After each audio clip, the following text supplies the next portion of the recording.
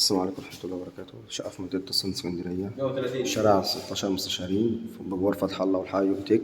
شقة 130 متر، 3 أوض، ريسبشن 3 قطع. شقة في الدور الأول علوي، 3 عدادات فيها كهرباء ومية وغاز. شقة ناصية مفيهاش حاجة على مناور. ريسبشن هنوت تشيل 3 قطع معانا مرتاح. مكتبة للشاشة. شقة في شارع 16 مستشارين في وش فتح الله.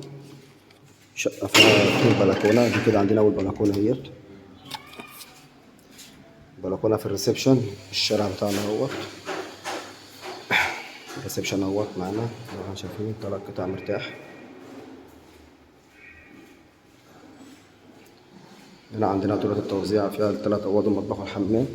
دي كده عندنا أول غرفة اهيت، أوضة ما شاء الله عليها مرتاحة، أوضة نوم على الشارع اهيت، 4 في 3.5.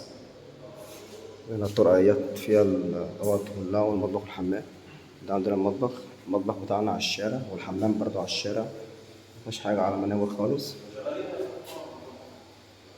مطبخ اهوت، عندنا حمام اهوت، قعدة وبانيو وحوض مرتاحين.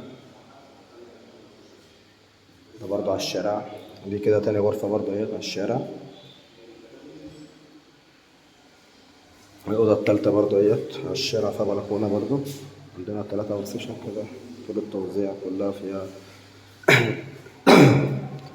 دي البلكونة اهيت، وده الشارع بتاعنا عرضه 8 متر.